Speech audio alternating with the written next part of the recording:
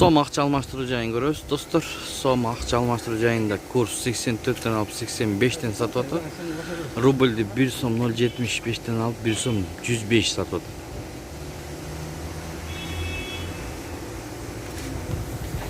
Бул обменканы көрөбүз туугандар. 80-80ден алып 84-80 сатып атат долларды. Рубльди 1 сом 0.7 тыйындан алып 1 сом 10 тыйын сатып атат.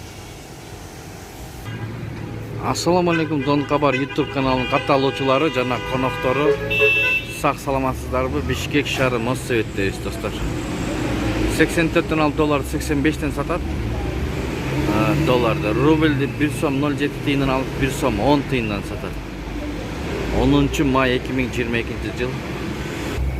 Сильвер акча алмаштыруу жайында 80-елден алып долларды 84.50 сатып атат. Рубльди 1 сом 0.75-тен алып 1 сом 105. Бул обменканы көрөбүз достор. Бул обменкада курс рубль 1 сом 0.8-тен алып 1 сом 11-ден сатып атат. Доллар 84-тен алып 85-тен сатып атат. Финка банк ачык 11,5 болуп калды. Доллар 83.50-ден алып 84.50 сатып атат. Рубльди 1 сомдон алып 1 сом 22 тыйындан сатып атат. Финка банк. Партнер акча алмаштыруу жайын көрөбүз. Катталбай жатып көрүп атсаңыздар, жок дегенде лайк басып коюңуздар туугандар. Лайк бекер. 83.40-тан алып долларды 84.40-тан сатып атат бул жерде. Долларды.